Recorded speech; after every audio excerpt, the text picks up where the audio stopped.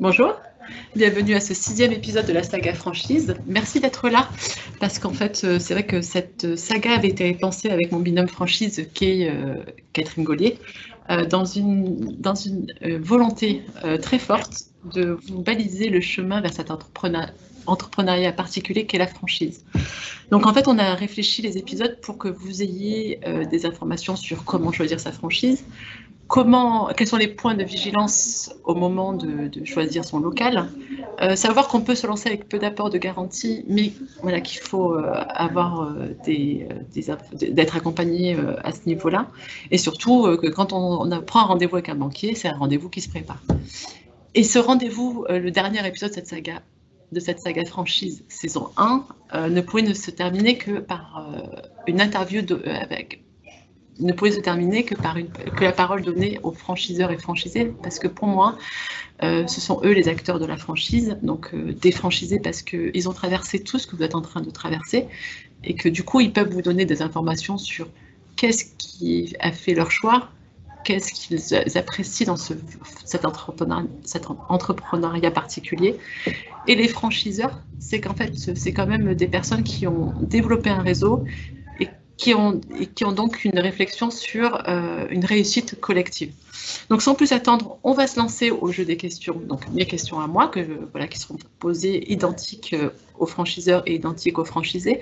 Par contre, vous avez vraiment la possibilité de poser les vôtres, donc sur la barre de côté, et on les posera au fur et à mesure. En tout cas, ce PowerPoint vous sera envoyé, vous aurez les coordonnées de tout le monde.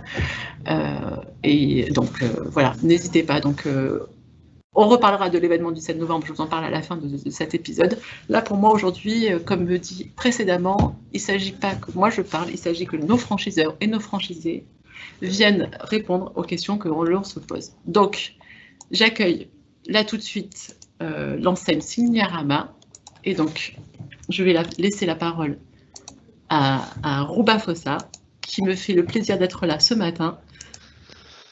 Merci Madame Fossa d'être là. Merci de vous prêter à ce jeu des questions-réponses. Et donc la première, c'est Signarama, qui êtes-vous? Racontez-nous un peu cette histoire.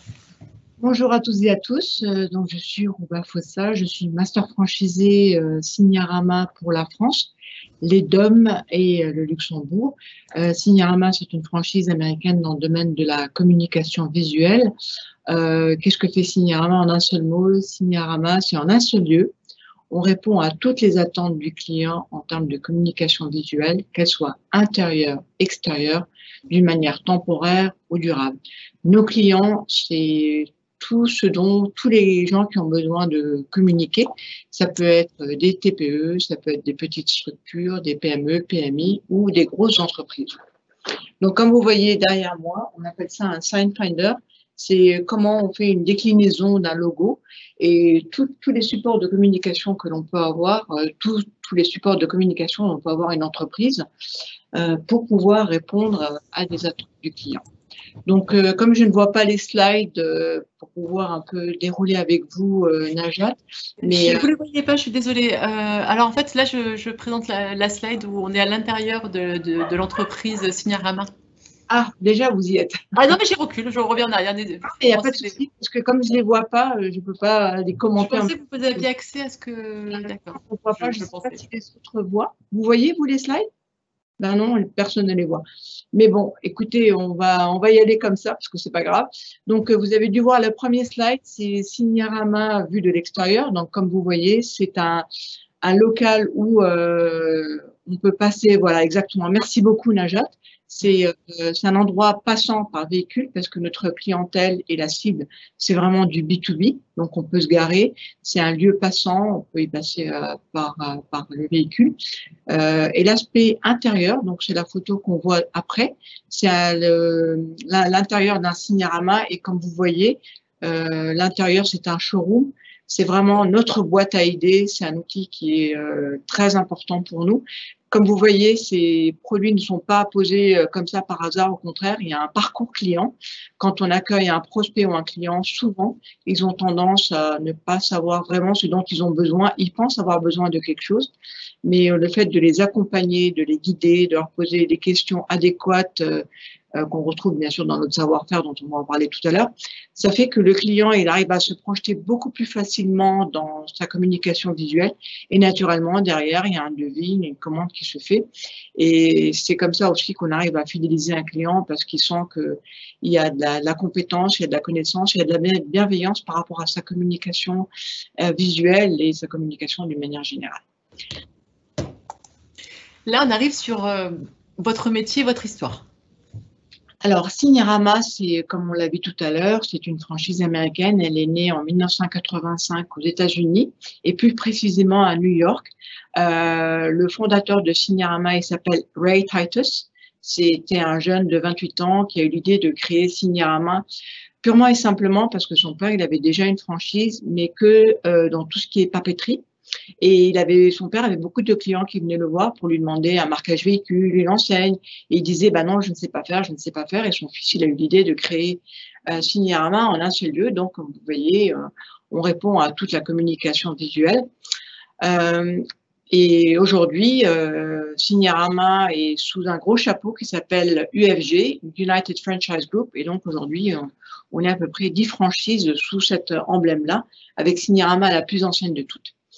Donc, nous avons créé la Master Franchise en France en 2002 avec mon mari.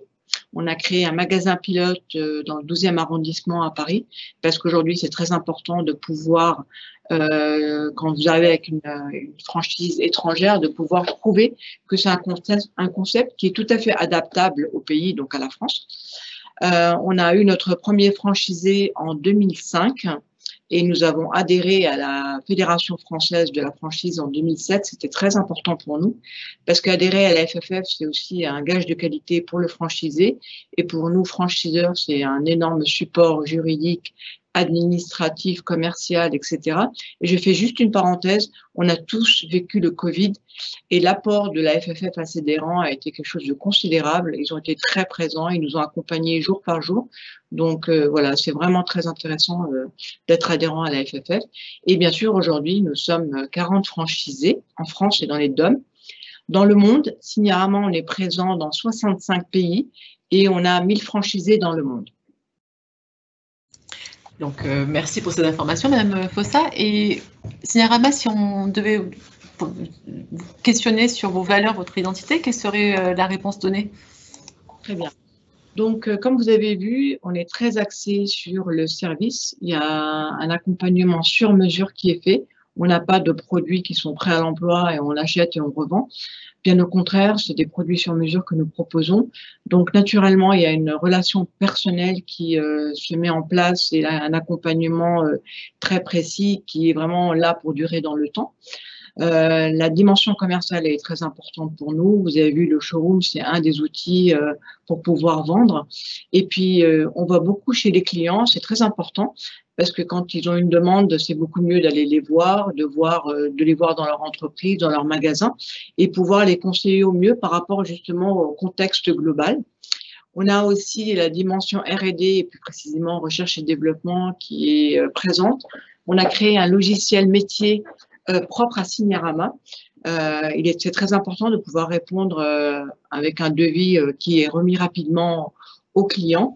Et puis, ce logiciel métier va aussi aider les franchisés pour gérer leur entreprise, avoir une vision d'hélicoptère de comment fonctionne leur entreprise et pouvoir voir aussi qu'est-ce qui marche pour pouvoir encore plus appuyer leur démarche sur les outils et les actions qui marchent. Nous avons aussi, bien sûr, les produits. Donc aujourd'hui, le LED, c'est vraiment un produit qui est, entre guillemets, vulgarisé et que tout le monde utilise, d'une pour raison d'économie, d'autres pour le côté écologique. En parlant d'écologie, aujourd'hui, on parle beaucoup de durable. Nous venons de finir notre convention nationale et on a présenté à nos franchisés justement la démarche durable que nous souhaitons mettre en place. Donc, de par le recyclage, parce que comme on fait des enseignes, c'est très important de recycler les enseignes. Et puis, on est en train de réfléchir sur, par exemple, de proposer des adhésifs sans plastique. Donc, voilà, la dimension durable est quelque chose d'omniprésente. Et bien sûr, on a une culture américaine où on retrouve le pragmatisme, une action positive et surtout tournée vers les autres et vers l'action. Génial, merci beaucoup. Est-ce que vous pouvez, alors, la question que tout le monde se pose, comment vous définissez un franchisé presque parfait? Alors, avant tout, avant d'être franchisé, il y a aussi l'esprit entrepreneuriat. C'est vrai que la majorité des gens qui deviennent franchisés, ils ont un background de salarié. Et le monde du salariat et le monde de l'entrepreneuriat, c'est vraiment deux mondes différents. Donc aujourd'hui, être entrepreneur, c'est vraiment, chez nous, avoir le sens du client, d'être tourné vers le client et avoir l'envie de réussir, donc cette ambition de pouvoir se prendre en main, de pouvoir créer son entreprise et de la lancer, prendre des risques, parce que c'est vrai que c'est un investissement financier, et de pouvoir prendre des risques mesurés, c'est important. Et la dernière dimension, c'est être un chef d'orchestre, parce que c'est vrai qu'une entreprise ne peut réussir que si on a un excellent chef d'orchestre qui sait exactement ce dont il a besoin et où est-ce qu'il va pour emmener son équipe avec lui. Et après, une fois qu'on a cet esprit d'entrepreneuriat qui est présent, être franchisé, c'est chez nous appliquer vraiment à la lettre le savoir-faire. Le savoir-faire, pour nous, existe depuis plus de 30 ans. Il a été prouvé mondialement comme quoi il réussit. On a des fois tendance à voir des gens qui se disent « Tiens, et pourquoi je ne le réinventerai pas? Et pourquoi je ne prends pas que ce qui me plaît ?» Quand on commence à avoir cette démarche, ben, on dévie et on est voué à l'échec. Donc, pour réussir aujourd'hui, il faut vraiment suivre à la lettre le savoir-faire. La joie en équipe, si vous rejoignez un réseau, c'est vraiment pour la joie en équipe, pouvoir partager, qu'il y ait de l'entraide entre les franchisés et pouvoir contribuer. C'est aussi un échange, c'est aussi vous avez des choses que vous avez faites, réalisées, découvertes, et c'est important de pouvoir partager pour réussir. Donc, si on rejoint une franchise, c'est pour appliquer le savoir-faire et surtout utiliser le réseau et jouer en équipe. Merci. Je vais quand même vous demander, est-ce que vous avez des conseils à apporter en plus? Bien sûr. Quand on choisit une franchise, c'est pas on se dit allez, je prends cette franchise parce qu'elle a l'air bien, donc j'y vais. Au contraire, il faut pouvoir se projeter dans ce métier, c'est très important. Faire ça avec envie, de se dire voilà, c'est un métier où j'arrive à me voir dans les 10 années à venir. J'aime les clients, j'ai envie d'aller vers les autres et j'ai envie de créer un savoir-faire, d'avancer dans ce que je sais faire et dans ce que j'aime faire. Faire ce devoir envers le projet, il ne faut pas se jeter comme ça à l'eau, bien au contraire, il faut pouvoir avoir un maximum d'informations, rencontrer les CCI, si vous adhérez à une franchise qui est adhérente à la FFF, allez rencontrer la FFF, ils font des formations. C'est très important de pouvoir vraiment prendre le temps d'étudier son projet. Et puis, une chose qui est très importante, c'est aussi partager les valeurs du franchiseur. Souvent, les franchisés, ils pensent qu'ils choisissent une franchise, mais il faut aussi savoir que le franchiseur aussi choisit ses franchisés. Partager les valeurs, c'est très important parce que c'est comme dans un mariage, on a un contrat. Nous concernant, c'est un contrat de 10 ans et c'est très important qu'on soit d'accord sur les valeurs, sur les points essentiels pour pouvoir mener à bien cette collaboration entre franchisés et franchiseurs. Et bien sûr, c'est un projet de vie. Souvent, les gens qui prennent une franchise, c'est pour deux raisons principales. C'est changer de vie. Souvent, on a un métier, on a envie de changer de métier. Et la deuxième chose, c'est changer de ville. Souvent, on en a marre de là où on habite. On habite dans une ville grise où il fait pas beau et on a envie plus d'aller dans ses bagages avec un métier et un savoir-faire pour aller changer de vie et changer de ville et pouvoir vivre pleinement son projet professionnel. Merci infiniment, Madame Fossa. Donc, je mets votre carte, parce que cette présentation sera envoyée, mais elle restera en plus sur notre site CCI. Donc, n'hésitez pas à contacter Madame Fossa si vous voulez aller plus loin dans l'échange sur l'enseigne Signarama et donc de vous lancer en franchise avec Signarama. Merci infiniment.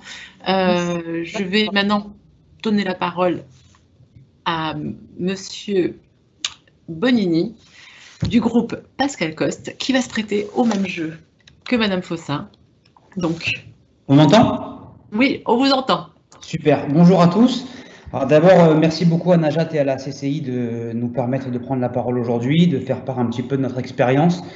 Avant de commencer ma partie, je voulais remercier donc Madame Fossa pour son analyse, parce qu'on se rend compte quand même qu'on a à peu près les mêmes analyses du marché, les mêmes analyses des profils des franchisés, et que peu importe les métiers qu'on peut exercer en franchise, on retrouve quelque part le même type de profil. Donc je me rends compte qu'on fait vraiment le même métier dans des secteurs différents, mais avec la même passion et la même envie. Voilà, ça me fait très plaisir. Voilà.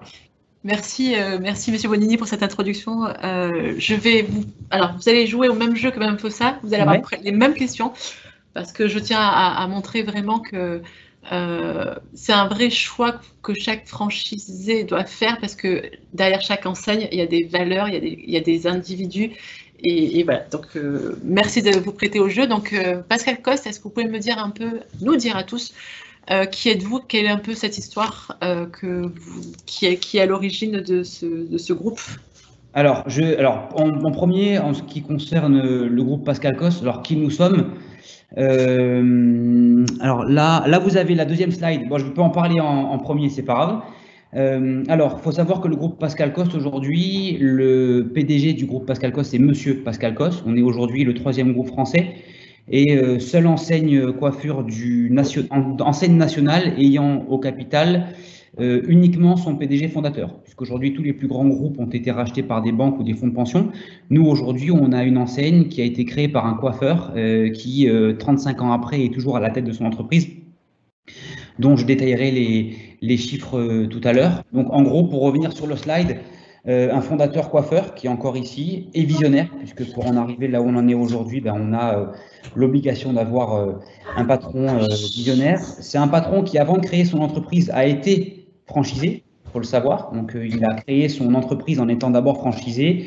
Il a ensuite tombé toutes les enseignes puisque ça ne correspondait pas à sa vision et à son identité, et il a décidé de créer son réseau. Il a créé en succursale. Il faut savoir que le groupe Pascal Coste développe un réseau qui est succursaliste et franchiseur. On a 250 magasins en France, la moitié nous appartiennent en direct, c'est environ 1000 collaborateurs, et l'autre partie appartient à un réseau de franchise pour environ 700 collaborateurs. Notre première franchise, en quelque sorte, nous a été imposée, pour la petite histoire, puisqu'on n'a jamais été franchiseur, et qu'il y a une vingtaine d'années, on a voulu racheter un magasin, et que la personne a souhaité nous vendre son magasin, mais uniquement si on le franchisait. Donc nous, on ne faisait pas de la franchise, on a dû créer pour cette personne un contrat de franchise, alors qu'on avait une 50aine de magasins en propre, et de bouche à oreille, on a continué à la développer, jusqu'à ce qu'on en soit devenu de véritables experts. Aujourd'hui, on a une présence quasi nationale, puisqu'on n'a que la petite bande Nord et Normandie qui manque à notre giron. On est présent dans le sud, dans l'est, dans l'ouest, à Paris, dans le centre de la France, et toujours, comme je le disais, pour un capital 100% familial. Voilà. Merci.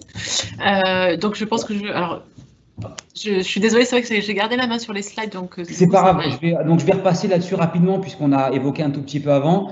Donc aujourd'hui, l'enseigne, c'est 250 salons de coiffure en France, dont la moitié nous appartiennent, comme je l'ai dit. Donc c'est 1000 collaborateurs en succursale, donc gérés par tous les services du siège. 250 salons, donc l'autre moitié en succursale, en franchise, pardon. C'est 3 enseignes aujourd'hui. Une qui s'appelle Pascal Coste, c'est l'enseigne historique. Une autre qui s'appelle People Coiffure, qui s'adapte à une clientèle un tout petit peu plus jeune. Et un troisième concept qui a 2 ans aujourd'hui et qui s'appelle L'Homme par Pascal Coste, puisqu'on a créé il y a 2 ans un concept uniquement dédié à l'univers masculin pour tout ce qui est barbe, rasage, etc. Voilà, donc le chiffre d'affaires du groupe aujourd'hui sur la France, c'est 80 millions d'euros consolidés, avec en plus un site de vente en ligne qui s'appelle pascalcoste-shopping.com, qui est leader France et Benelux sur la vente en ligne de produits capillaires et cosmétiques, et qui vient en total complément de ce qu'on fait dans tous nos magasins. Merci, voilà. Monsieur Bonini. Je vais du coup vous poser la question excusez-moi, sur votre identité, vos valeurs, puisqu'on n'arrête pas de... On est tous d'accord pour dire que c'est essentiel, puisque ça définit l'âme de ce que vous recherchez chez un franchisé. Alors, pour vous expliquer un petit peu la teneur de nos valeurs, aujourd'hui, quand on développe en franchise, on cherche à le faire de la même manière que la succursale. On a une entreprise qui est 100% familiale, comme je vous l'ai dit, et on veut que les rapports qui nous unissent à nos franchisés soient les mêmes qui nous unissent en interne. Donc, le développement de notre franchise se fait en parallèle de notre filiale, avec les mêmes normes, les mêmes stats, les mêmes critères et les mêmes ratios.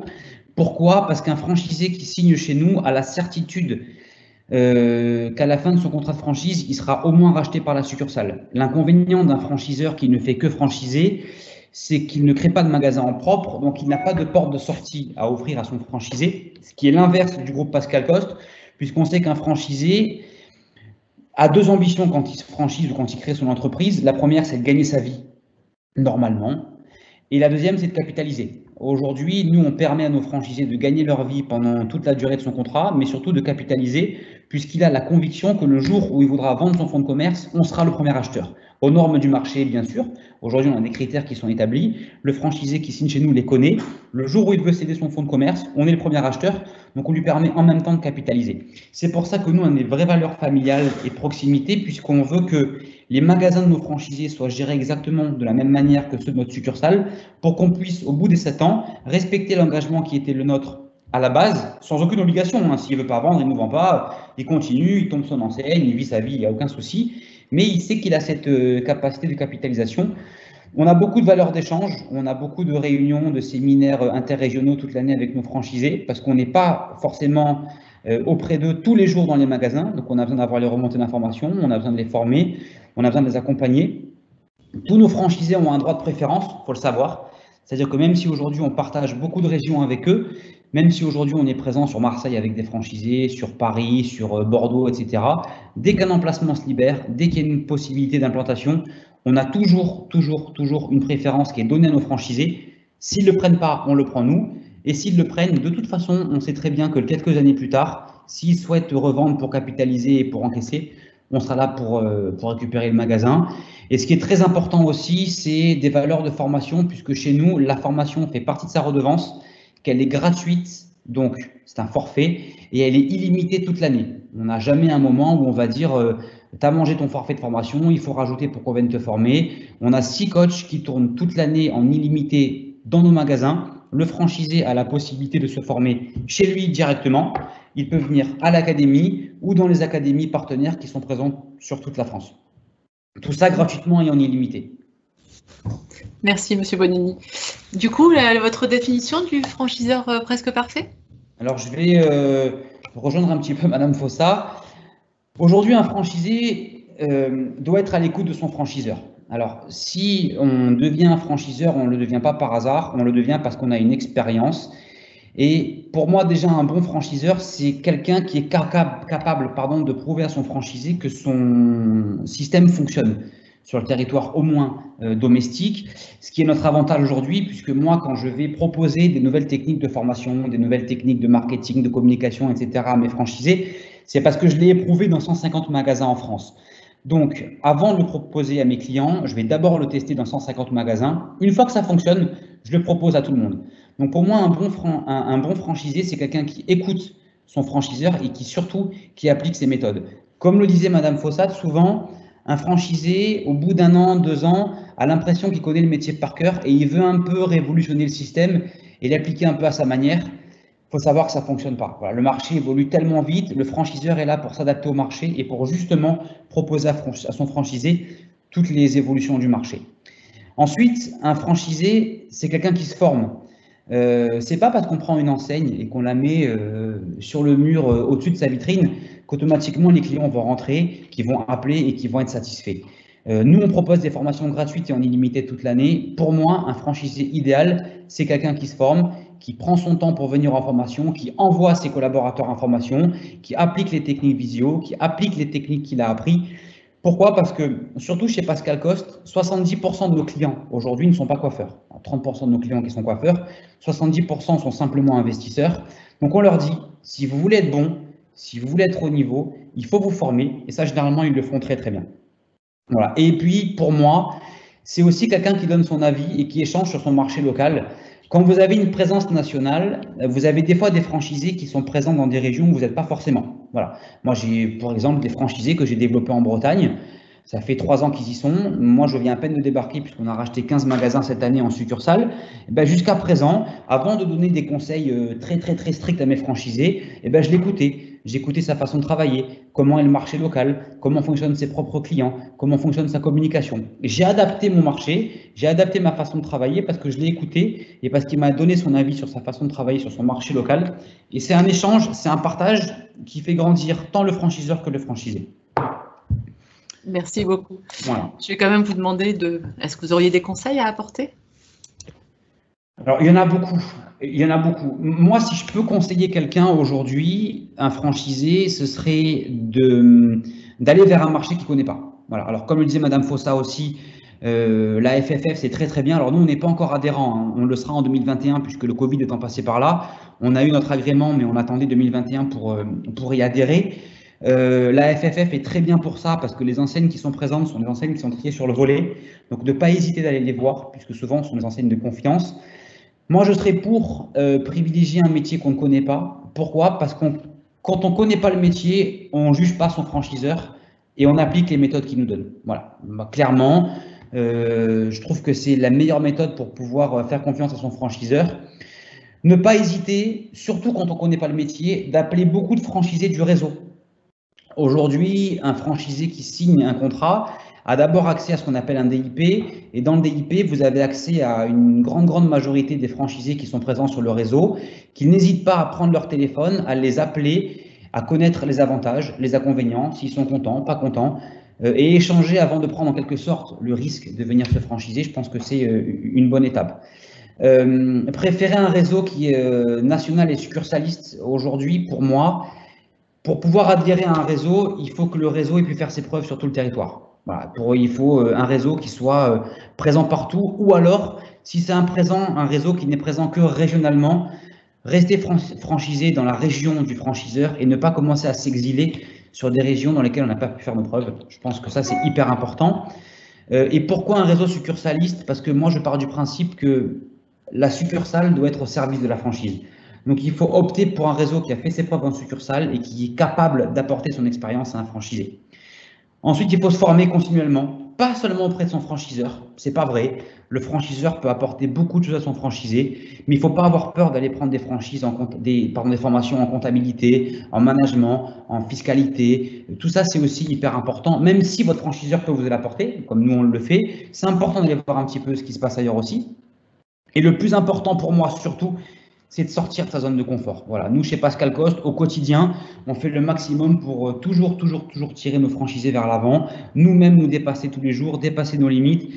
Et un franchisé, aujourd'hui, il ne faut pas qu'il se repose sur le fait qu'il soit franchisé, il faut qu'il pense avant tout qu'il est entrepreneur. Avant tout, il est entrepreneur, même s'il est aidé par une franchise, avant tout, il a investi, et avant tout, c'est parce qu'il a envie d'avancer. Donc, il faut vraiment qu'il pense à développer, qu'il aille de l'avant, et qu'il n'hésite pas à ouvrir un deuxième, un troisième, un quatrième et un cinquième point de vente parce qu'il n'y a que ça qui le fera rêver. Et de toute façon, un bon franchisé, un bon entrepreneur, quand il a ouvert un premier magasin, au bout d'un an et demi, quand ça tourne, il s'ennuie et quelque part, il a envie de développer. Donc moi, j'ai envie de lui dire, n'hésite pas à demander conseil à ton franchiseur et surtout, si ça te plaît, n'hésite pas à foncer.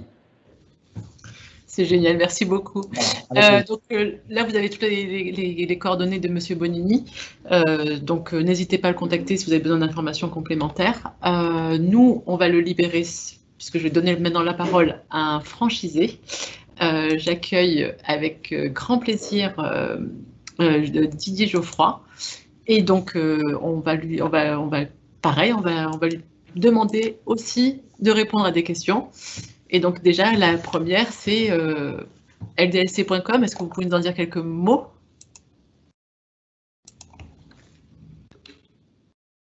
Ah, le micro est coupé. Vous m'entendez là? Oui, ça y est. Ouais, c'est bon. Oui, alors donc LDLC, c'est un groupe donc français, lyonnais, qui s'est créé il y a un peu plus de 20 ans, 25 ans maintenant. Et à la base, c'était un magasin d'informatique, en fait, un petit magasin d'informatique à Lyon. Et puis, quand on écoute le dirigeant sur le développement de LDLC, en fait, c'était les débuts d'Internet. Et puis, il y a une personne dans son équipe qui a émis une idée de vendre un PC sur Internet. Et en fait, quand ils sont passés à une dizaine de PC par jour en vente sur Internet, et ils se sont dit qu'ils allaient changer de métier. Donc ça a été le développement de LDLC.com, qui aujourd'hui est leader sur son marché en fait, donc en France et dans les pays limitrophes francophones, leader sur la vente de matériel informatique et high-tech sur le net, quoi. Alors LDLC, c'est aussi 2 magasins, on va dire phares, qu'ils ont développés en propre et depuis longtemps, et qui sont un peu les vaisseaux amirals de la franchise. Et il y a 5 ans, enfin maintenant 6 ans, donc le dirigeant de LDLC a souhaité se rapprocher en fait de sa clientèle et de développer un réseau de magasins dans toute la France. Et donc ils ont pensé au système de la franchise. Voilà. Donc en quelques chiffres, c'est 500 millions d'euros de chiffre d'affaires, le groupe LDLC aujourd'hui. C'est une 50aine de magasins sur toute la France. Et la partie magasin représente à peu près entre 10 et 15% du chiffre d'affaires. Merci beaucoup, Monsieur Geoffroy. Est-ce que vous pourriez nous dire qui vous étiez avant de devenir franchisé? Alors oui, donc avant d'être franchisé, en fait, moi, j'ai un passé on va dire de salarié, et j'ai fait à peu près toute ma carrière dans le service informatique. Donc j'ai démarré, je suis lyonnais à la base, hein, alors bon, il y a peut-être une petite relation aussi avec LDLC. J'ai démarré comme technicien de maintenance. J'ai une formation, on va dire, d'électronicien à la base. Donc après, j'ai évolué. En 97, je suis arrivé sur la région de Nice et j'ai travaillé à Sophia Antipolis et j'étais notamment responsable SAV. J'ai évolué aussi sur une fonction d'ingénieur système. Et puis, je suis parti de l'entreprise où j'étais pour aller travailler chez IBM. Et pendant cette période-là, j'étais ingénieur système et administration de logiciels SAP. Donc, en 2017, comme la grosse partie de mon travail, parce que moi, j'étais pas embauché IBM, j'étais sous-traitant. La grosse partie de mon travail est partie dans les pays comme l'Inde, la Pologne ou la République tchèque. Bon, il n'y avait plus de travail pour moi chez IBM et j'ai décidé en fait de partir, enfin de changer on va dire de travail. J'ai trouvé une opportunité à Montpellier. C'était un petit peu une erreur de casting et en fait là, on a fait une rupture conventionnelle. Et du coup, je me suis décidé on va dire, à entreprendre parce que c'est quelque chose que j'avais depuis très très longtemps en fait dans un coin de ma tête. Et du coup, en fait, ça a été pour moi l'occasion où, on va dire, les étoiles se sont un petit peu alignées pour mon projet. Et j'ai décidé en fait de partir et d'entreprendre. Alors, moi j'ai choisi, alors je sais pas si j'anticipe par rapport aux questions. Eh bien, on y va. Ouais. Pourquoi le choix de cette franchise? Voilà, donc j'ai changé la franchise parce qu'en fait, bon, ça fait quand même, j'ai quand même réfléchi pas mal de temps à entreprendre et pour moi, en fait, je me voyais pas entreprendre en dehors de mon domaine de compétences. Parce que, pour moi, c'était un facteur de succès de savoir à peu près de quoi on parle. J'ai cherché, on va dire, des moyens d'entreprendre par moi-même, et c'était très compliqué en fait. Donc aujourd'hui, moi, ce que m'a amené la franchise, c'est déjà, on va dire, un concept. Donc un concept de magasin avec des couleurs, savoir comment on agence une boutique parce que ça je savais pas du tout faire, c'était pas du tout mon métier à la base. Un catalogue de 35 000 références et pour constituer ce catalogue, moi il m'aurait fallu peut-être 20 ans, 30 ans et je suis même pas sûr d'y arriver au final. Et puis on va dire des choix aussi marketing Pourquoi vendre telle marque plutôt qu'une autre, pourquoi tout ça fait que ça prend tellement de temps si on veut être, on va dire, dans le juste, qu'au final, faire confiance à une entreprise qui sait déjà faire, ça permet en fait d'asseoir un peu son projet et de crédibiliser aussi sa démarche. Alors j'ajoute aussi en parenthèse que je suis très content de mon choix parce que on a vu pendant la période du Covid, LDLC c'est un franchiseur qui nous a gelé toutes les factures. C'est-à-dire que là pendant un moment, il nous a dit ok, ceux qui veulent continuer à ouvrir, vous pouvez continuer dans les gestes barrières. Alors ils nous ont donné tous les conseils qu'il fallait, mais aussi ils nous ont gelé tout ce qu'on avait à leur payer. Le temps, on va dire, de voir comment ça allait se passer, si on avait des baisses de chiffre d'affaires ou pas, quoi. Donc c'est un vrai partenaire et rien que pour ça, je veux dire, ça vaut vraiment le coup, quoi. Merci. Donc du coup, la franchise, est-ce que vous conseillez? Est-ce que vous pouvez donner des conseils du coup pour réussir en franchise? Ouais, alors, pour moi, entreprendre en franchise, c'est quasiment la même chose. Parce que ça exige, à mon avis, le même niveau d'investissement et aussi les mêmes responsabilités. Au final, pour moi, entreprendre en franchise, faut construire son projet comme si on n'était pas avec un franchiseur, sauf que en fait, c'est aussi un facteur de succès pour moi parce que on a une expérience qui nous est amenée par le franchiseur et qui nous met dans les meilleures conditions possibles pour démarrer, quoi. Mais ça n'empêche pas qu'il faut faire son business plan, faut pas se rater dans son recrutement. Il y a toutes les exigences d'une création d'entreprise classique, enfin à mon sens. On est bien d'accord. C'est un vrai. Vous êtes d'abord un indépendant. Absolument. Ouais. Donc voilà, merci beaucoup Monsieur Geoffroy. Alors si vous avez des questions, vous avez ses coordonnées, donc n'hésitez pas à le contacter. Donc parce que c'est toujours intéressant d'avoir le retour d'expérience de quelqu'un qui a fait le même choix que celui que vous êtes en train de faire. Donc voilà, n'hésitez pas à le contacter. Et puis je vais du coup maintenant repartir sur les questions que je pose aux franchiseurs en accueillant Céline Molière. Bonjour Céline. Bonjour Madame Molière. Donc qui va se prêter au même jeu de questions qu'on a pu avoir jusqu'à présent. Et donc la première c'est quelle est l'histoire, qui êtes-vous, l'histoire de Emily's and the Cool Kids? Alors, l'histoire d'Émilie, elle commence en 2007, en fait, avec la rencontre entre mon associé et moi. Donc, Émilie, c'est mon associée, qui, elle, a une super recette de cookies à l'époque, qui est ma voisine. Et moi, qui ai passé aussi pas mal de temps en Californie et qui était assez inspirée par ce que j'ai vu là-bas, et c'est-à-dire les coffee shops. Donc, on se rend compte qu'on a un projet commun et on part à la recherche d'un local pour le premier coffee shop niçois, on va dire. Et on est en 2007, donc on trouve un petit local de 35 mètres carrés rue Alberti. Donc, on s'aperçoit assez rapidement qu'effectivement, il y a un vrai marché pour les coffee shops qui sont peu connus. C'est vrai qu'à l'époque, on connaît le coffee shop à travers des séries américaines du type Friends, mais c'est vrai qu'on n'a pas encore ces habitudes-là de consommation, notamment le café emporté, c'est quelque chose de nouveau. Et tout ce qui est pâtisserie anglo-saxonne, c'est-à-dire les cookies, les muffins, les brownies, les cupcakes. Donc, tout ça, c'est vraiment nouveau.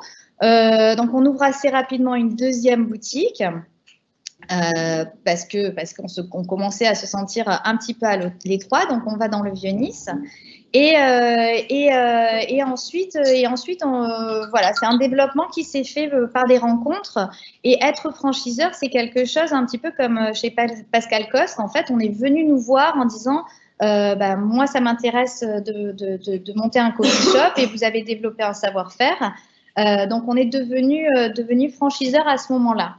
Donc voilà, on s'est développé. Aujourd'hui, on a 11 franchises et 5 magasins en succursale. Alors, on est assez présent dans la région puisqu'on a des magasins à Nice, à Cannes-sur-Mer. Donc ensuite, on est aussi à Marseille. Depuis l'année dernière, on est à Lille. Et on a une particularité, c'est qu'on a aussi un magasin en Islande, puisque c'est mon associée Émilie qui est là-bas. Et on a tenté le pari islandais il y a 2 ans. Donc voilà, aujourd'hui, le développement continue principalement en franchise. On va ouvrir à Quimper et Reims le mois prochain.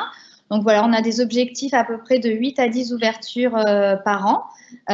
C'est quelque chose qui était vraiment pas programmé, qui nous rend très très fiers parce que c'est des emplois qui sont générés. C'est un chiffre d'affaires qu'on ne pensait pas atteindre il y a 13 ans, parce que clairement, quand on est arrivé avec notre petit concept de coffee shop et de vente de cookies, les banquiers n'étaient pas très rassurés par le modèle économique qu'il y avait derrière les coffee shops. Et aujourd'hui, quand on réalise près de 4 millions de chiffre d'affaires en cookies, en cookies d'une valeur de 2 €, ça représente des tonnes de farine et des tonnes de beurre. donc voilà, il faut savoir que dans notre modèle économique, on ne fait pas que du sucré, puisqu'on fait aussi tout ce qui est donc boissons chaudes et froides sur place et emporter. Et un tiers de notre chiffre d'affaires est représenté aussi par la restauration, petite restauration salée, donc tout ce qui est bagel, salade. Donc voilà, ça c'est pour la présentation générale de la marque. Donc comme je disais, notre savoir-faire en tant que franchiseur, c'est effectivement un savoir-faire artisanal qu'on a su modéliser, dupliquer et transmettre. Donc c'était vraiment la principale difficulté. On est un petit peu des ovnis dans le monde de la restauration et de la franchise, puisque nous, on n'est pas issus de la restauration à la base, donc on a mis en place ce qui nous paraissait logique, c'est-à-dire de faire des produits nous-mêmes tous les matins dans nos cuisines avec des ingrédients, des matières premières tout simplement, ne jamais utiliser la surgélation, ne jamais utiliser de préparation ou de produits finis ou semi-finis. Donc c'est vraiment de l'artisanat pur, et on forme nos franchisés à devenir aussi cookie, on appelle ça cookie maker et cookie dealer, c'est-à-dire que chaque magasin est une unité de production. Donc dans chacun de nos magasins, on se lève le matin et on prépare la production pour la journée. C'est quelque chose d'assez inhabituel en franchise. Et on a parié sur la franchise artisanale, et c'est quelque chose aujourd'hui qui nous différencie des autres chaînes ou franchiseurs en restauration traditionnelle, en restauration rapide ou alors en coffee shop. Et ce pari-là, de ne pas avoir de cuisine centralisée, de ne pas vendre à nos franchisés un produit fini, il était risqué. Mais aujourd'hui, il fonctionne très très bien parce que ça nous permet d'avoir une super grande agilité. On peut être présente n'importe où en France, on peut être même présente en Islande, on l'a vu, puisque nous, on a juste besoin de matières premières. Et ce qu'on vend à nos franchisés, donc aujourd'hui, c'est un savoir-faire. Et ça passe par une formation assez longue et assez complète de 6 semaines dans nos magasins, donc notre magasin pilote qui est sur Nice. Merci Madame Molière. Je pense que vous avez déjà commencé à aborder qu'est-ce qui définit vos valeurs et votre identité, mais alors oui, c'est vrai que les valeurs, elles sont tellement au cœur du concept. Le fait maison, c'est vraiment la valeur première pour comprendre qui on est et ce qu'on propose. Donc effectivement, c'est notre valeur centrale. Et aujourd'hui, des franchisés qui, comme le disait précédemment les autres intervenants, c'est vraiment quelqu'un qui cherche un changement de vie et qui cherche à faire un nouveau métier souvent, et qui est en quête de sens. Donc c'est vrai que se lever le matin, faire des pâtisseries maison, générer du bonheur et du plaisir, ça donne vraiment un sens. Donc c'est vraiment le cœur de notre concept. Ensuite, c'est un concept inspiré effectivement de la Californie, qui est un petit peu ma deuxième maison, on va dire, après Nice. Donc on a vraiment puisé pas mal d'inspiration sur ces concepts californiens.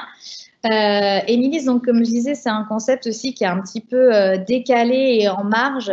On a toujours aimé faire les choses un petit peu différemment. Et quand on nous a dit « Ah, mais non, ça, c'est pas possible » ou « Ça va être compliqué », On n'en a jamais trop tenu compte avec Émilie. On a dit, on va le tenter. Et effectivement, souvent, c'est de cette manière-là qu'on innove et c'est de cette manière-là aussi qu'on arrive à avoir un concept un petit peu différent, alternatif. Et il y a quelque chose, moi, qui me plaisait pas trop dans le monde de la franchise. Et c'est pour ça que être franchiseur, c'était pas un de mes projets. C'est le côté standardisé qui donne souvent un aspect un petit peu aseptisé au concept franchisé, enfin franchisable. Puisqu'on retrouve la même décoration partout, les mêmes produits, le même accueil. Nous, on a fait le pari d'être une franchise atypique, c'est-à-dire une franchise dans laquelle chaque magasin est unique. Ça va dépendre du goût. Alors, on travaille avec un architecte du réseau, en fait. Donc, on a une charte architecturale quand même à suivre et qui a fait le succès de nos magasins. Donc, on doit respecter certains codes. Mais chaque magasin, donc, qui est aménagé donc, comme un intérieur d'appartement, est imaginé également par le franchisé qui a son mot à dire, qui va faire un mood board avec l'architecte et qui va dire moi, j'aime ce type de couleur, j'aime ce type de mobilier.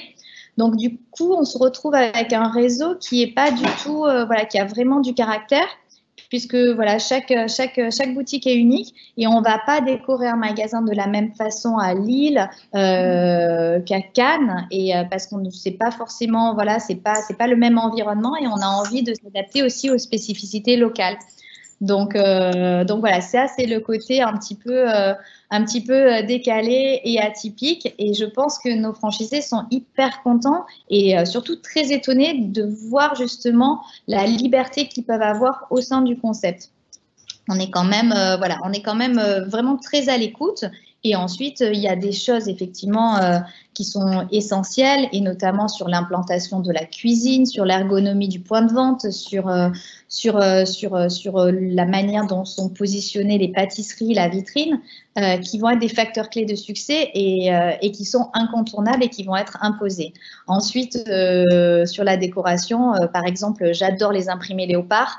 Et je n'impose pas l'imprimé léopard à mes pauvres franchisés, surtout voilà, quand c'est juste voilà, des garçons qui n'ont pas du tout envie de travailler dans une bonbonnière rose et qui vont vouloir choisir une décoration un petit peu plus, qui leur ressemble un petit peu plus. Donc, et au-delà de cet espace de liberté qu'on offre aux franchisés, c'est aussi un moyen de s'éclater, de s'amuser à chaque nouvelle ouverture, en créant quelque chose de nouveau, en évoluant avec les tendances de décoration. Donc voilà, ce concept architectural, il est quand même assez atypique et pourtant c'est la voie qu'on a choisi de suivre en franchise. Merci Madame Molière. Est-ce que vous pouvez nous donner une définition d'un franchiseur presque parfait pour vous ? Alors oui, c'est vrai qu'on a beaucoup parlé de valeurs communes, et je pense que c'est vraiment, ça doit être au cœur d'une relation franchisé et franchiseur harmonieuse. Donc effectivement, mon franchisé parfait, c'est un franchisé qui est un petit peu en quête de sens et qui a compris que préparer du fait maison, ça nécessitait de se lever un petit peu plus tôt que la moyenne, mais c'était vraiment source de fierté et d'épanouissement, puisque voilà, on a un bénéfice immédiat et un retour immédiat des clients qui sont hyper contents de trouver du fait maison sur place. C'est un entrepreneur, évidemment, on l'a beaucoup dit, mais c'est un entrepreneur qui aime recevoir. Moi, c'est un des critères les plus importants, c'est de choisir des gens qui ont envie de recevoir dans leur magasin, qui sont tournés vers les autres, qui sont empathiques, qui sont à l'écoute. Donc, sont vraiment des qualités humaines. Le recrutement de franchisés chez nous, c'est vraiment un recrutement sur le savoir-être plus que sur le savoir-faire. Parce qu'en 13 ans, on a vu qu'on pouvait apprendre des recettes de cookies à tout le monde, vraiment, et à partir du moment où on a juste envie d'apprendre, ce ne sont pas des recettes très complexes. Par contre, voilà, il faut vraiment avoir envie et aimer les autres et aimer recevoir comme à la maison, parce que c'est vraiment le cœur du concept, Émilie, c'est d'accueillir les gens comme à la maison. Et effectivement, j'ai la chance d'avoir un réseau de passionnés aussi. Et c'est le point commun, voilà, c'est le point commun entre tous mes franchisés, qui soient issus du monde de la restauration. On a des anciens graphistes, on a des anciens journalistes, on a vraiment tous les métiers. Mais par contre, voilà, sont vraiment des passionnés et ouvrir leur coffee shop, c'est vraiment quelque chose qui les anime. Et ça, c'est le point commun à toutes les personnes dans le réseau. Vous avez mis des informations sur vos engagements, donc si vous pouvez nous les traduire. Alors les engagements, voilà, non, c'est vraiment fait accompagner pour devenir franchiseur. C'était, comme je disais, un nouveau métier. C'était pas quelque chose, on n'était pas prédestiné à devenir franchiseur. Donc on s'est vraiment largement fait accompagner pour modéliser notre savoir-faire et le transmettre. Donc on propose une formation complète, comme je disais, de 6 semaines en immersion totale, où le franchisé va apprendre tous les postes nécessaires pour ouvrir un magasin, que ce soit de la pâtisserie, que ce soit pour le salé, pour l'accueil client, mais aussi tout ce qui est un petit peu plus back-office en termes de gestion de caisse, de communication, de gestion des tableaux de bord. Donc, on essaie vraiment de donner tous les outils là et de calibrer la formation en fonction du profil du franchisé pour faire vraiment une formation personnalisée. On va les aider à partir du moment où ils vont rechercher un emplacement, puisqu'on va être avec eux sur la prospection d'emplacement. On va être présent aussi au niveau de la recherche de financement, puisque c'est un moment essentiel et c'est une condition sans laquelle le projet ne peut pas voir le jour. Donc, on a la chance, voilà, d'avoir une banque partenaire, la Banque Populaire, qui nous aide à grandir et qui nous suit aussi dans nos projets jusqu'à Lille, par exemple. Ensuite, on va leur apporter effectivement de la formation continue, puisque c'est important.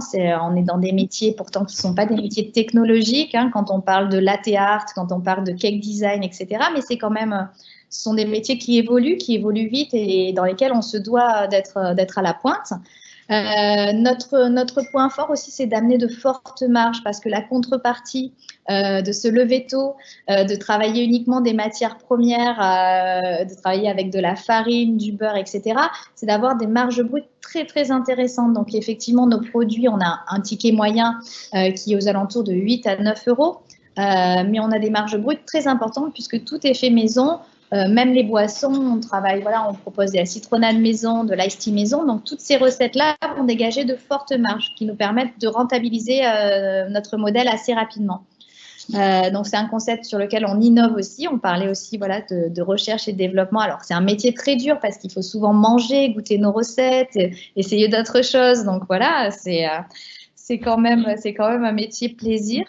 Et on essaie d'offrir de l'innovation et nos franchisés ont chaque mois de nouvelles recettes, que ce soit en salé, que ce soit au niveau des boissons et au niveau des pâtisseries. Donc, des nouvelles recettes issues de tendances souvent anglo-saxonnes, bien sûr, ça reste notre source d'inspiration principale. Et la communication, c'est vrai que voilà, la communication, notamment sur les réseaux sociaux, c'est une de nos forces. Du coup, on est très, très proche de ce qu'on a pu recréer c'est vraiment une vraie communauté aujourd'hui qui nous suit sur les réseaux, qui est engagée et avec qui on échange. Donc, on a vraiment quelqu'un dédié à la tête de réseau, à la communication, qui va accompagner les franchisés parce que c'est quelque chose de nouveau aussi, apprendre à communiquer, à prendre en photo nos produits, comment utiliser les hashtags, comment booster des publications. Donc, on est vraiment très, très présente sur ce volet-là, qui est un volet essentiel aujourd'hui en restauration en général et dans la vie. Les gens passent de plus en plus de temps sur leur téléphone et c'est important, voilà, c'est important de communiquer avec eux sur ce créneau-là, en tout cas. Donc, voilà la liste de nos engagements auprès de nos franchisés. Donc, vous trouverez donc à toutes les personnes qui regardent en direct ce live ou qui le regarderont par le futur, donc les conditions d'entrée au réseau. Moi, Madame Ollier, j'ai vraiment envie d'avoir vos conseils pour réussir en franchise. Alors, des conseils, c'est vrai qu'un des premiers conseils, c'est d'être sûr de vouloir se lancer en franchise et et de vraiment comparer entre se lancer en franchise et se lancer seul, de quoi j'ai vraiment envie. Parce que la franchise, c'est vrai que c'est un formidable accélérateur pour un entrepreneur. Mais moi, je demande toujours à mes franchisés de vraiment se poser la question en disant, est-ce que le concept que moi, je vais leur apporter est suffisamment proche du concept qu'ils ont en tête pour pas avoir de frustration et pour pouvoir se dire, oui, j'ai vraiment envie d'être accompagnée. Et non, je ne souhaite pas inventer mon propre concept. Donc, vraiment, de se poser la question et de réfléchir entre partir en franchise ou non. Et forcément, la deuxième question, c'est partir avec quel franchiseur et de prendre un franchiseur qui nous ressemble. C'est hyper important parce qu'on passe du temps avec son franchiseur. Et quand on est sur la même longueur d'onde, tout est beaucoup plus fluide, que ce soit de la communication, que ce soit, voilà, on va vraiment travailler ensemble et de choisir quelqu'un qui vous ressemble. Et moi, c'est vrai que voilà, j'ai un réseau, j'ai besoin, voilà, c'est un réseau très familial, j'ai besoin d'être avec des gens qui partagent nos valeurs. Avec qui c'est toujours un plaisir d'échanger et voilà, être dans ce plaisir-là, c'est hyper important. Ensuite, c'est bien choisir et passer du temps avec son futur franchiseur. Et c'est vrai que nous, on propose énormément d'immersion parce qu'il y a toujours une différence entre le métier qu'on se fantasme et le métier tel qu'il est dans la réalité. Donc, d'aller se confronter à la réalité, voilà, moi je dis souvent, n'imaginez pas qu'avoir un coffee shop, c'est faire des jolis cupcakes colorés et mettre des paillettes dessus toute la journée. C'est un métier qui est difficile, on est debout toute la journée, on accueille des gens, on est multitâche. Donc, mettre un petit peu à l'épreuve du réel son envie et aller chez le franchiseur et passer du temps et se projeter dans ce futur métier, c'est hyper important. Et puis ensuite, comme c'est un projet d'une vie, prendre le temps. Monter une franchise, ça peut aller très vite, mais c'est vraiment, nous, entre le moment où on a trouvé un local et on ouvre, il peut se passer au minimum 6 à 8 semaines. Donc, ça peut aller vraiment très, très vite. Par contre, vraiment, je dis à mes franchisés de prendre le temps d'évaluer leur projet, de la zone dans laquelle ils souhaitent s'implanter, l'environnement, les conséquences que ça va avoir sur leur vie. Donc voilà, prendre du temps, c'est aussi le secret et se renseigner, être hyper proactif sur donc son environnement, sur son franchiseur et échanger avec des autres franchisés du réseau pour avoir un partage d'expérience et savoir dans quoi on met les pieds. Donc voilà, c'est les principaux conseils que j'aurais. Merci Madame Molière. Donc là, vous avez les coordonnées Madame Molière. Donc n'hésitez pas à la contacter. Et là, je vais vous remercier en direct Madame Molière et je vais accueillir le prochain franchiseur, donc qui n'est pas implanté, si je ne dis pas de bêtises, sur notre territoire. Il s'agit de Maxime Pires. Est-ce que vous êtes là? Oui, bonjour, oui. Vous m'entendez? Oui, on vous entend. Parfait. Effectivement, on n'est pas encore sur Nice. On a beaucoup de demandes, notamment sur le secteur, qui vont certainement se débloquer dans l'année, jusqu'à avant la fin de l'année. Et pour me présenter, donc déjà, merci Naja de nous proposer cette interview qui est très intéressante pour nous en tant que franchiseur. Moi, je suis Maxime Pires, je suis chargé du marketing et de la communication justement au sein du réseau Wash & Check, qui est un réseau de franchise de nettoyage automobile écologique et connecté. Donc en fait, voilà, pour faire un petit peu l'histoire, on a en fait le concept a débuté en 2004 en Australie. C'était du nettoyage à la base qui était totalement écologique, donc qui se faisait sans eau et à la main. En fait, le concept a plutôt bien marché en Australie et il a été importé du coup en 2008 en France et qui a continué à se développer au niveau national sur le territoire et même au niveau international. Et en fait, au fil du temps, alors le concept marchait toujours très bien, mais évidemment le marché évolue le marché évolue très vite, surtout au niveau du digital. Donc il a fallu très vite s'adapter à un marché qui était en plein développement, notamment au niveau des nouvelles technologies. Donc en fait, en 2014, au niveau national, des franchisés, donc 3 franchisés qui sont aujourd'hui associés, donc le franchisé de Toulouse, du nord de la France et de Lyon, se sont associés pour devenir franchiseurs. Donc ce qui fait aujourd'hui que voilà, au sein du réseau Wash & Check, on les franchiseurs sont des franchisés, donc ça c'est un très bon avantage pour justement parce qu'ils connaissent très très bien le métier et ils savent en parler aux futurs franchisés, ils savent les conseiller et ils savent leur donner des conseils. Ça c'est le premier point. Et du coup voilà, en 2014, les trois associés ont permis de développer ce service qui est le wash and check sur le niveau national. En fait, on a changé de nom. À la base, ça s'appelait EcoWash. Évidemment, puisqu'on a changé de solution, on a préféré changer de nom et devenir donc Wash and Check pour nettoyer et checker. Alors, pourquoi ce check? Comment intégrer la digitalisation au sein du lavage automobile? À première vue, c'est vrai que c'est pas du tout le même domaine et ça paraît compliqué. Mais en fait, non, c'est relativement simple et c'est un très bon avantage, surtout pour les clients, notamment professionnels. En fait, aujourd'hui, nous, on propose des unités mobiles. Donc, des franchisés ont une unité mobile qui vont se déplacer sur leur zone d'intervention. Et en fait, ils vont aller nettoyer des véhicules sans eau et à la main, avec des produits totalement écologiques et certifiés, au sein soit de clients professionnels ou particuliers. Donc, ça peut être des particuliers, voilà, qui veulent nettoyer leur véhicule une fois tous les mois, ou même qui demandent ponctuellement de venir nettoyer leur véhicule parce qu'ils ont des demandes très spécifiques, si le véhicule est très sale ou s'il faut nettoyer que l'extérieur ou l'intérieur, etc. Après, ça va dépendre de nous autres. Et aussi les professionnels, puisque les professionnels, ils ont souvent une flotte de véhicules en fait qu'il faut qu'ils nettoient assez régulièrement. Donc tous les mois, on a des interventions sur des flottes de véhicules allant de 10 à plus de 80 véhicules pour certaines entreprises. Et en fait, à partir de là, nous, on va intervenir, donc on va avoir une récurrence sur les véhicules pour les nettoyer. Et c'est là qu'intervient la partie digitale, c'est qu'en fait, on va, en même temps que le franchisé va nettoyer le véhicule, en fait, c'est vrai que nettoyer le véhicule, ça donne une certaine proximité avec le véhicule et on va pouvoir relever des informations sur celui-ci. Et ainsi pouvoir remonter ces informations à la personne qui gère la flotte automobile, donc le client. Et ça, c'est très important pour l'optimisation de la flotte automobile, puisqu'aujourd'hui, dans une entreprise, le coût de la flotte automobile est très mal géré souvent, et du coup, en fait, il y a des pertes économiques qui se font à ce niveau-là. On appelle ça le TCO, donc c'est le coût d'appartenance de la flotte.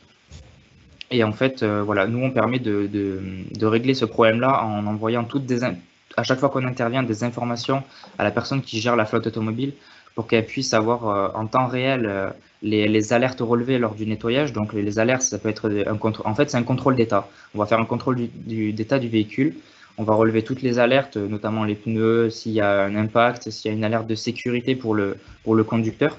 En fait, toutes ces données vont être remontées dans un tableau de bord à la personne qui gère la flotte automobile, et ainsi il va pouvoir avoir accès à toutes ces informations et régler les problèmes de chaque véhicule indépendamment selon le souci qui est relevé dessus. Et évidemment, il y a effectivement avoir une flotte de véhicules toujours propre, toujours nickel pour aller pour se déplacer, et même pour ses collaborateurs, c'est très important. On a aussi effectivement des CE qui font appel à nos services pour proposer à leurs salariés ce nettoyage de véhicules mensuellement, par exemple. Pour donner un exemple, sur la région toulousaine, on intervient souvent sur le siège régional de McDo, puisque les personnes qui travaillent au sein des bureaux de McDo, en fait, tous les mois le CE permet justement d'avoir un lavage de véhicules pour ses salariés. Et on peut avoir aussi des concessions pour la préparation de véhicules à la vente, notamment des véhicules d'occasion, des véhicules neufs, de nettoyer pour le showroom, pour juste avant la mise en vente. Donc voilà, tout ça en fait, ça permet de proposer un service complet qui s'adapte pour les particuliers et les professionnels, avec une solution qui a été développée spécifiquement pour ce service-là, et qui est en total raccord avec la société d'aujourd'hui qui souhaite, qui évolue de plus en plus et qui demande à être de plus en plus connectée et à gagner de plus en plus de temps. Donc merci. Pardon, voilà. Je ne vous ai pas coupé, je ne voulais pas vous couper. Il n'y a pas de problème. Je vous laisse finir, pardon, je pensais… Non, ben, pour terminer sur la partie histoire, c'est vrai que en fait depuis donc tout ça évidemment ça a pris du temps à développer parce qu'aujourd'hui on a une équipe donc il y a le franchisé de Toulouse. Moi je suis au sein des bureaux de Toulouse avec l'associé le franchiseur de Toulouse. On a une équipe de 3 développeurs ici même et moi-même qui est chargé du marketing pour les franchisés et pour Wash and Check et pour les franchisés indépendamment sur le niveau national. Et donc voilà, la solution, elle est développée par des franchisés pour des franchisés avec enfin voilà, c'est une solution qui est vraiment adaptée à ce métier-là et qui permet justement d'être très productif et pour avoir une clientèle toujours plus variée, mais très satisfaite, on va dire, du service, puisque c'est nous qui le développons, on va dire. Excusez-moi encore, Monsieur Pires, de vous avoir coupé. Il n'y a pas de problème. C'était pas volontaire.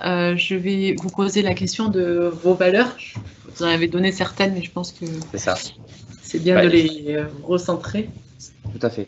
Effectivement, comme je le disais, le nettoyage aujourd'hui, nous on propose que du nettoyage écologique, donc sans eau, à la main, avec des produits qui sont certifiés biodégradables et certifiés EcoCert, qui est une norme dans le milieu. Voilà, ça nous permet notamment pour les entreprises, ça leur permet elles aussi de proposer un service à leurs salariés qui est, on va dire, dans la politique RSE. C'est des avantages comme celui-ci, mais aussi évidemment d'économiser à peu près 200 litres d'eau par nettoyage et aussi d'intervenir sur des sites professionnels sans avoir besoin de se brancher, d'utiliser l'eau que va payer le client. Hein, donc, enfin, voilà, c'est toujours ça de gagner et ça permet un gain de temps lorsqu'on arrive sur place pour nettoyer les flottes de véhicules.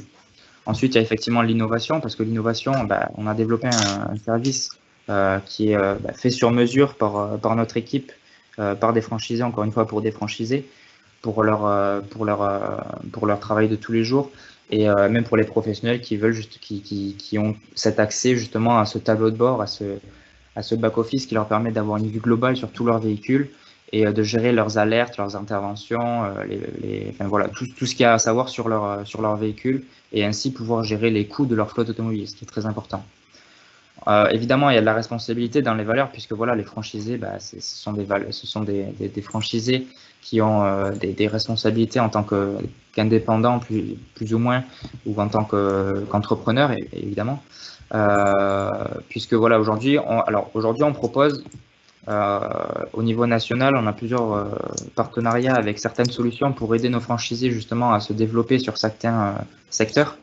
Parce qu'au début, on va y venir, mais un franchisé, lorsqu'il va se lancer, on va avoir certaines zones géographiques où on va déjà avoir des contrats nationaux à pourvoir, puisque voilà, on travaille beaucoup aujourd'hui avec des professionnels et qui sont implantés un peu partout en France. Du coup, il y a des endroits où on propose des contrats nationaux pour débuter, mais après il faut pas se reposer sur ça évidemment, mais il y a des franchisés aussi lorsqu'on démarre en fait la franchise, on va orienter le franchisé à se développer plus sur la partie particulier, puisque c'est quelque chose qui rentre de suite, et c'est pour ça qu'on a plusieurs partenaires pour cette solution, des partenaires d'applications mobiles qui nous permet justement d'être référencés sur certaines applications pour que les clients pour qu'on ait une visibilité encore plus présente sur cette partie-là.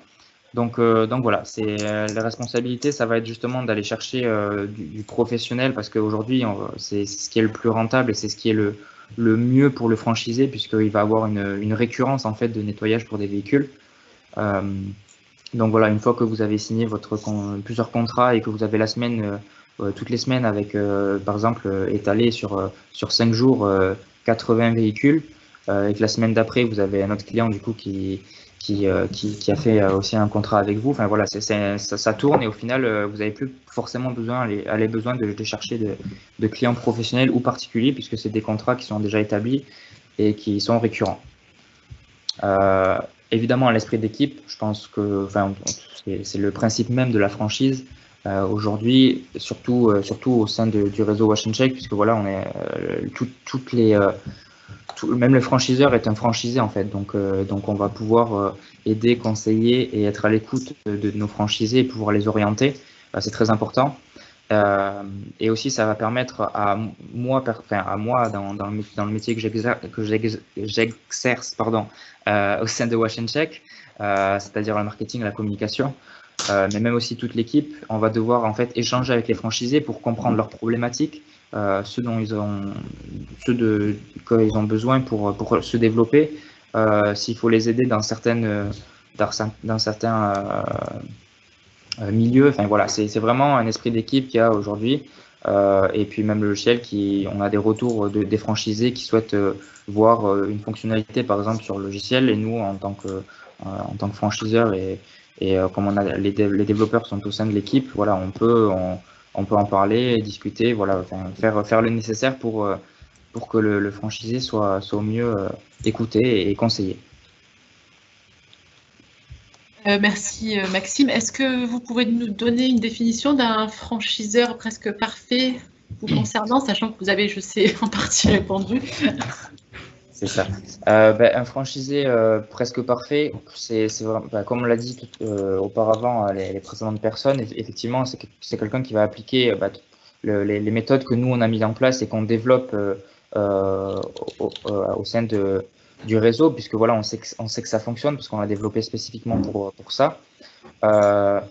Évidemment, la franchise, c'est aussi de l'entrepreneuriat, et on va pas se le cacher, c'est vraiment quelque chose dans lequel il faut s'investir personnellement, professionnellement.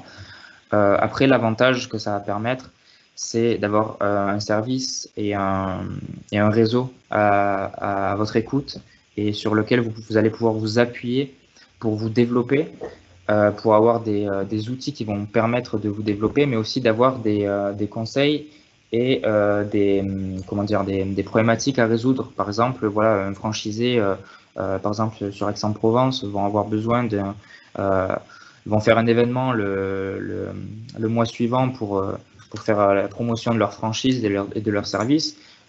Ils vont nous contacter, on va pouvoir les aider sur une campagne de communication à mettre en place au niveau local pour l'événement. On va pouvoir les aider pour le développement de supports visuels pour l'événement. Enfin, voilà, c'est vraiment un travail de groupe sur lequel ils vont pouvoir s'appuyer.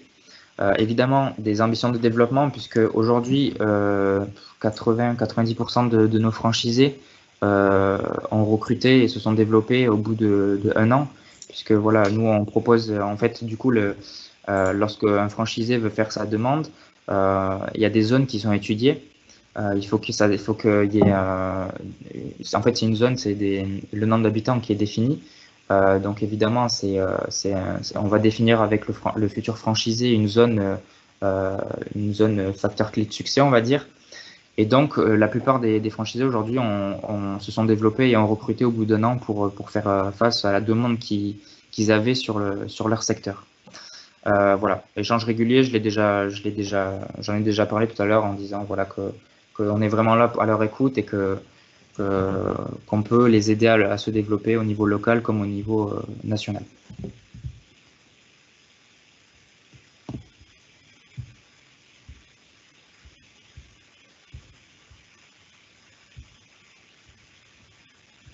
Najat?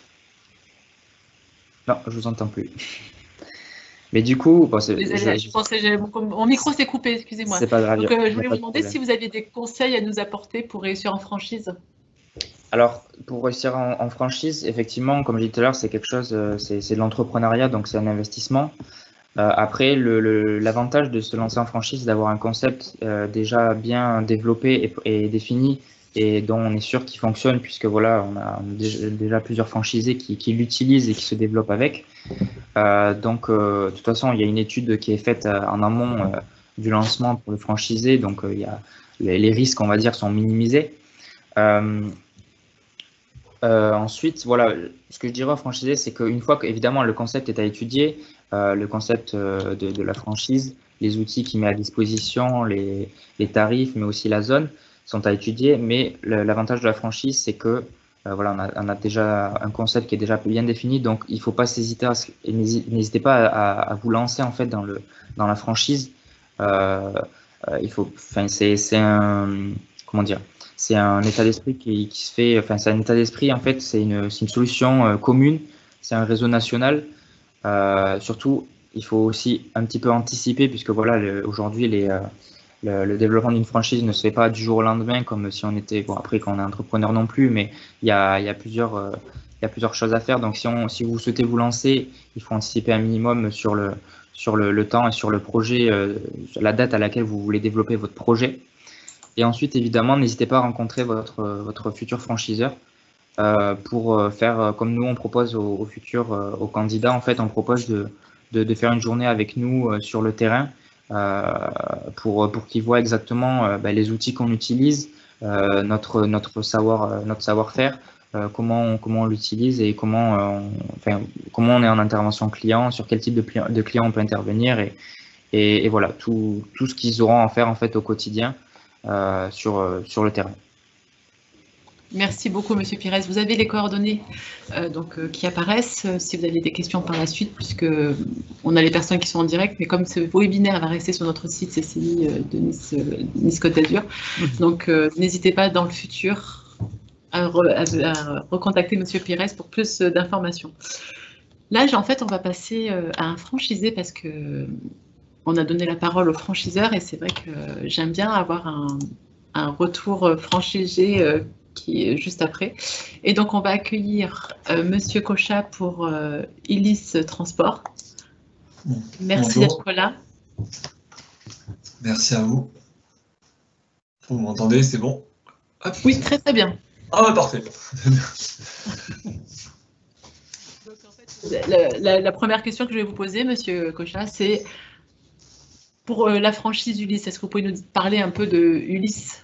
Oui, donc en fait, on fait du transport de personnes à mobilité réduite.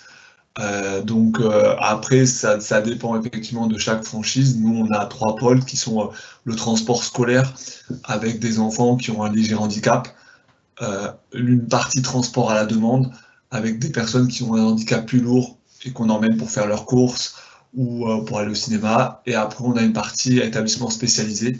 Donc, dans ce cas-là, c'est plus les autistes ou des personnes qui ont maladie d'Alzheimer. En fait, voilà, on fait tout ce qui est transport, mais uniquement le transport. On ne fait pas d'accompagnement, on ne fait pas des courses avec les personnes, on fait uniquement la partie transport. Donc, la question qui vient là, donc c'est et qui rejoint un peu donc la slide que je suis en train de présenter et celle que je vais vous lancer juste après, c'est qui étiez-vous avant d'être franchisé? Alors moi, en fait, j'étais pas du tout dans le secteur, puisque en fait, j'étais donc responsable de résidence hôtelière, donc rien à voir avec la franchise. Voilà, je gérais des résidences hôtelières du groupe Apart City. Donc je faisais ma carrière tranquillement, on va dire,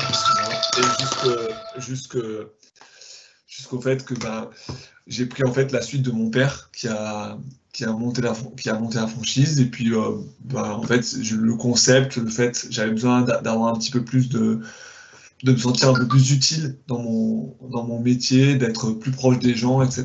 Donc c'est vrai que c'était important pour moi et donc c'est pour ça qu'en fait je suis il y a déjà 7 ans, j'ai pris la suite de mon père et voilà.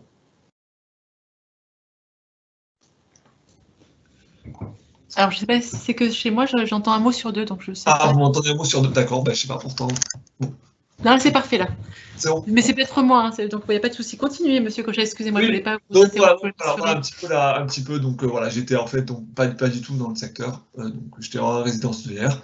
Et puis voilà, après, ça a été vraiment une opportunité il y a 7 ans de savoir si j'avais envie de prendre la suite familiale ou si effectivement j'avais envie de continuer en résidence hôtelière où j'étais très très bien. Mais voilà, il y a eu un choix à faire et puis justement en parlant avec mon père, en discutant du métier, de fait, vraiment, c'est vraiment le côté humain moi qui m'a vraiment attiré chez Ulysse parce que j'avais vraiment envie de me sentir utile et d'aider les personnes dans leur transport, à les aider dans leur vie de tous les jours, d'intégrer un monde du handicap qui est parfois difficile mais qui est très intéressant et humainement, c'est vrai que ça n'a rien à voir. En tout cas, moi je suis pleinement satisfait d'avoir rejoint cette franchise avec tout effectivement toutes les qualités de ce franchiseur avec qui j'ai beaucoup discuté aussi avant de me lancer parce que c'était aussi quelque chose nouveau pour moi. Je ne pensais pas faire ce changement de carrière, on va dire, mais vraiment un très bon choix en tout cas.